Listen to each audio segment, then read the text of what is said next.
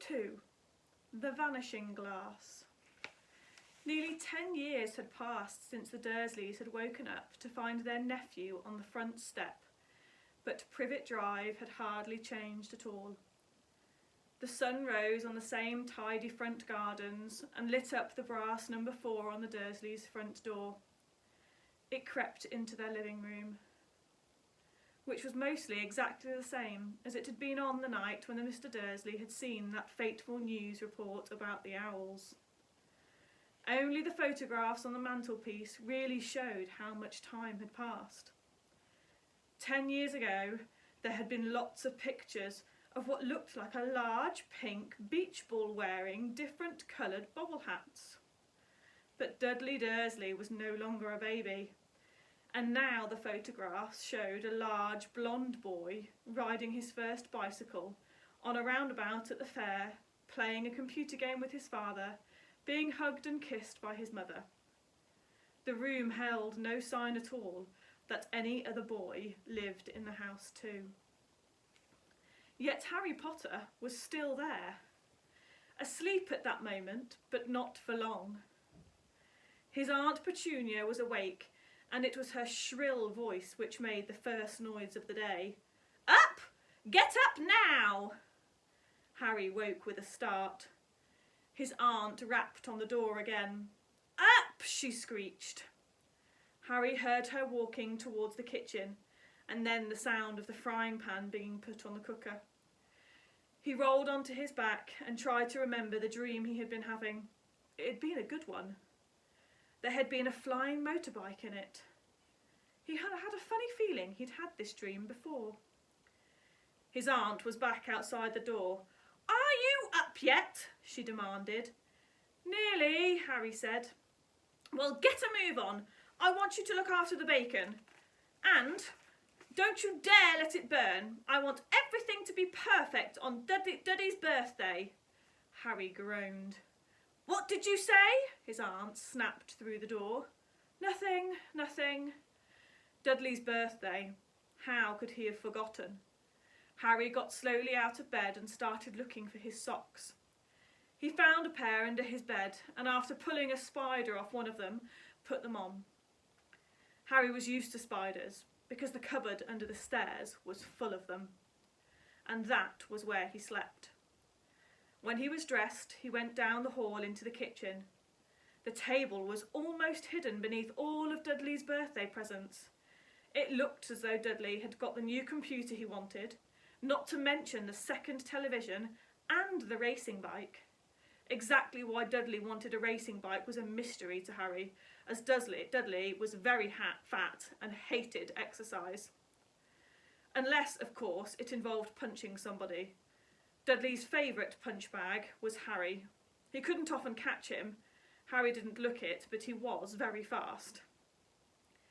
Perhaps it had something to do with living in a dark cupboard, but Harry had always been small and skinny for his age. He looked even smaller and skinnier than he really was, because all he had to wear were old clothes of Dudley's, and Dudley was about 4 times bigger than he was.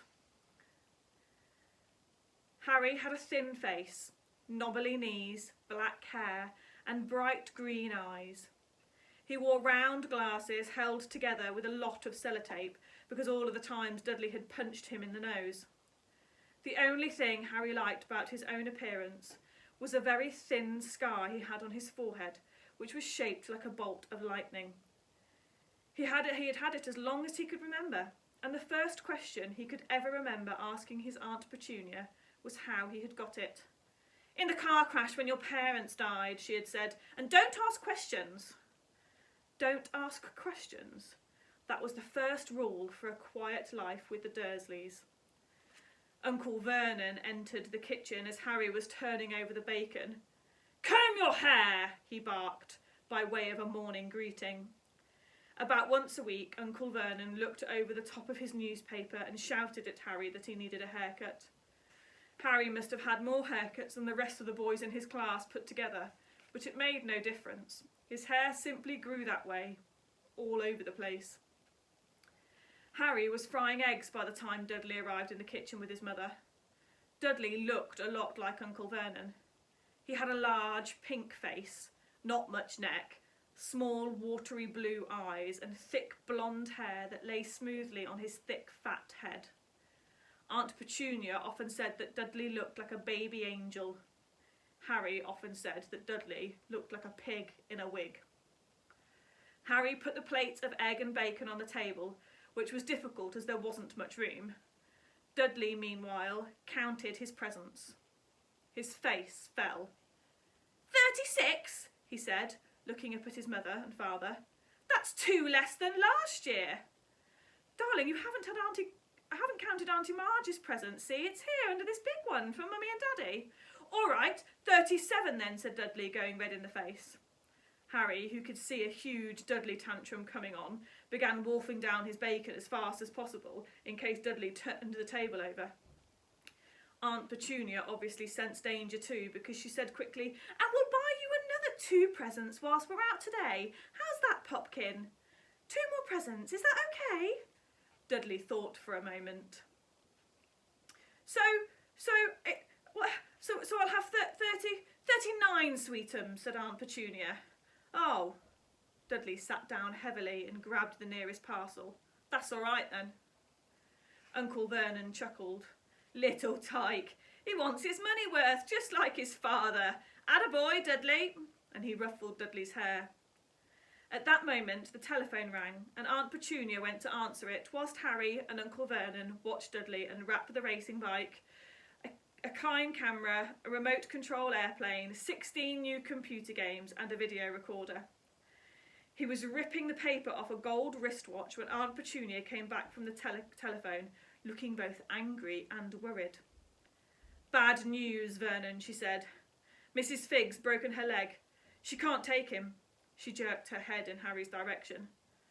Dudley's mouth fell in horror, but Harry's heart gave a leap. Every year on Dudley's birthday, his parents took him and a friend out for the day to adventure parks, hamburger bars and the cinema. Every year, Harry was left behind with Mrs. Figg, a mad old lady who lives 2 streets away. Harry hated it there. The whole house smelt of cabbage, and Mrs. Figg made him look at photographs of all the cats she'd ever owned. Now what? Said Aunt Petunia, looking furiously at Harry as though he'd planned this all along. Harry knew he ought to feel sorry that Mrs. Figg had broken her leg, but it wasn't that easy when he reminded himself it would be a whole year before he had to look at Tibbles, Snowy, Mr. Paws and Tufty again. We could phone Marge, Uncle Vernon said. Don't be silly, Vernon, she hates the boy. The Dursleys often spoke about Harry like this, as though he wasn't there, or rather, as though he was something very nasty that couldn't understand them, like a slug. What about, what's her name, your friend, Yvonne? On holiday in Mallorca, snapped Aunt Petunia. You could just leave me here, Harry put in hopefully. He'd be able to watch what he wanted on the television for a change, and he'd maybe be able to have a go on Dudley's computer. Aunt Petunia looked as though she'd just swallowed a lemon. And come back to find the house in ruins, she snarled. I won't blow up the house, said Harry, but they weren't listening. I suppose we could take him to the zoo, said Aunt Petunia slowly, and leave him in the car. The car's new. He's not sitting in it alone. Dudley began to cry loudly. In fact, he wasn't really crying. It had been years since he'd really cried, but he knew that if he screwed up his face and wailed, his mother would give in and give him anything he wanted. Dinky diddums, don't cry. Mummy won't let him spoil your special day, she cried, flinging her arms around him. I don't want him to come, Dudley yelled between huge pretend sobs. He always ruins everything. He shot Harry a nasty grin and through the gap in his mother's arms. Just then, the doorbell rang. Oh, good Lord, they're here, Aunt Petunia said frantically, and a moment later, Dudley's best friends, Piers Polkiss, walked in with his mother. Piers was a scrawny boy with a face like a rat. He was usually the one who held people's arms behind their backs whilst Dudley hit them. Dudley stopped pretending to cry at once. I've got a hair in my mouth, excuse me, this darn beard. Half an hour later, Harry, who couldn't believe his luck, was sitting on the back of the Dursleys' car with Piers and Dudley on the way to the zoo for the first time in his life. His aunt and uncle hadn't been able to think of anything else to do with him, but before they'd left, Uncle Vernon had taken Harry aside. "I'm warning you," he said, putting his large purple face right up close to Harry's. "I'm warning you now, boy. Any funny business, anything at all, and you'll be in that cupboard from now until Christmas." "I'm not going to do anything," said Harry. "Honestly." But Uncle Vernon didn't believe him. No one ever did. The problem was, strange thing often happened when Harry was around, and it was just no good telling the Dursleys he didn't make it happen. Once, Aunt Petunia, tired of Harry coming back from the barber's looking as though he hadn't been there at all, had taken a pair of kitchen scissors and cut his hair so short he was almost bald, except for his fringe, which she left to hide that horrible scar. Dudley had laughed himself silly at Harry, who spent a sleepless night imagining school the next day, where he was already laughed at for his baggy clothes and sellotaped glasses. The next morning, however, Harry got up to find his hair exactly as it had been before Aunt Petunia had sheared it off. He'd been given a week in his cupboard for this, even though he tried to explain that he couldn't explain how it had grown back so quickly. Another time, Aunt Petunia had been trying to force him into a revolting jumper of Dudley's, brown with orange bobbles on. The harder she tried to pull it over his head, the smaller it seemed to become, until finally it might have fitted a glove puppet, but it certainly didn't fit Harry. Aunt Petunia had decided it must have shrunk in the wash, and to his great relief, Harry wasn't punished. On the other hand, he'd got into a terrible trouble for being found on the roof of the school kitchens.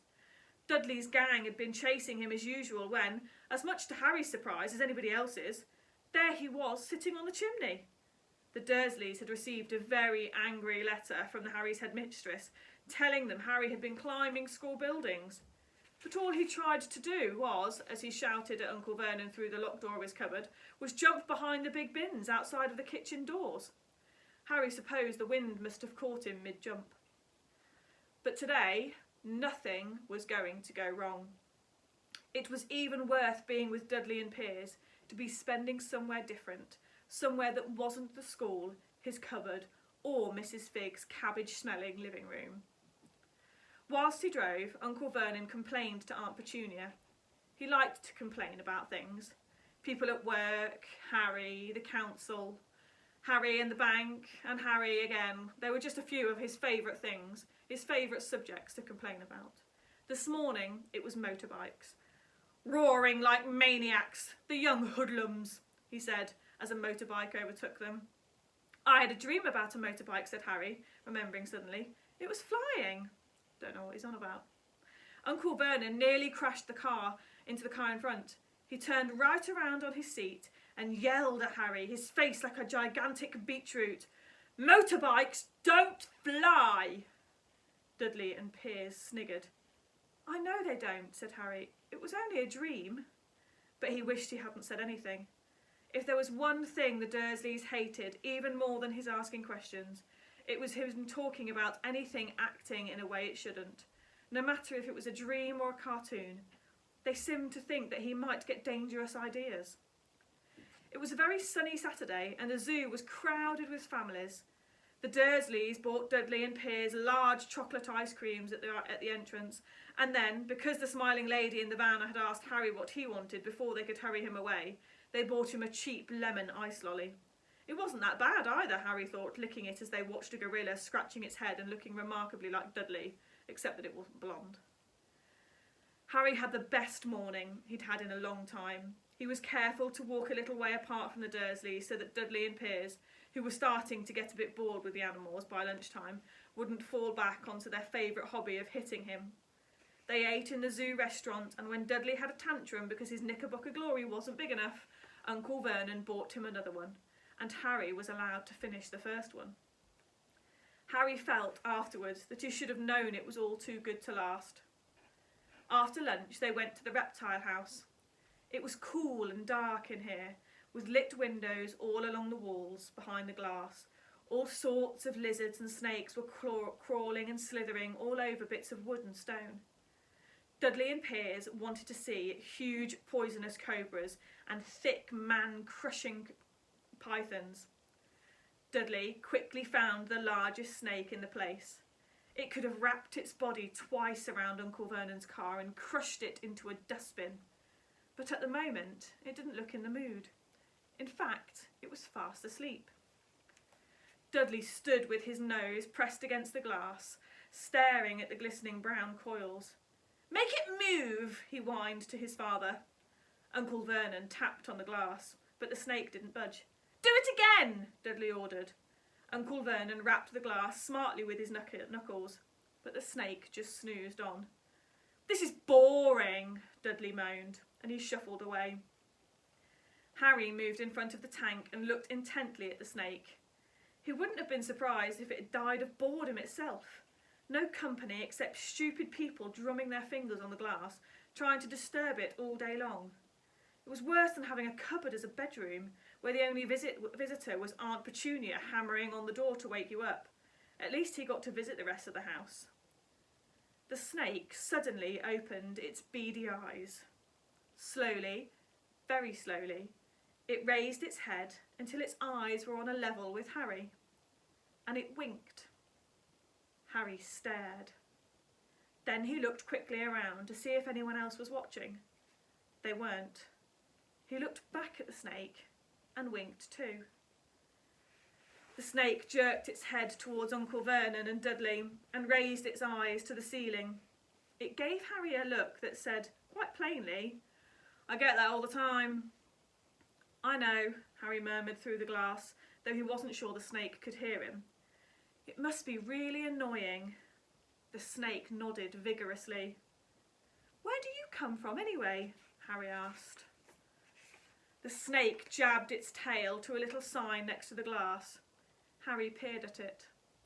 "Boa constrictor. Brazil." "Was it nice there?" The boa constrictor jabbed its tail at the sign again, and Harry read on. "This specimen was bred in the zoo."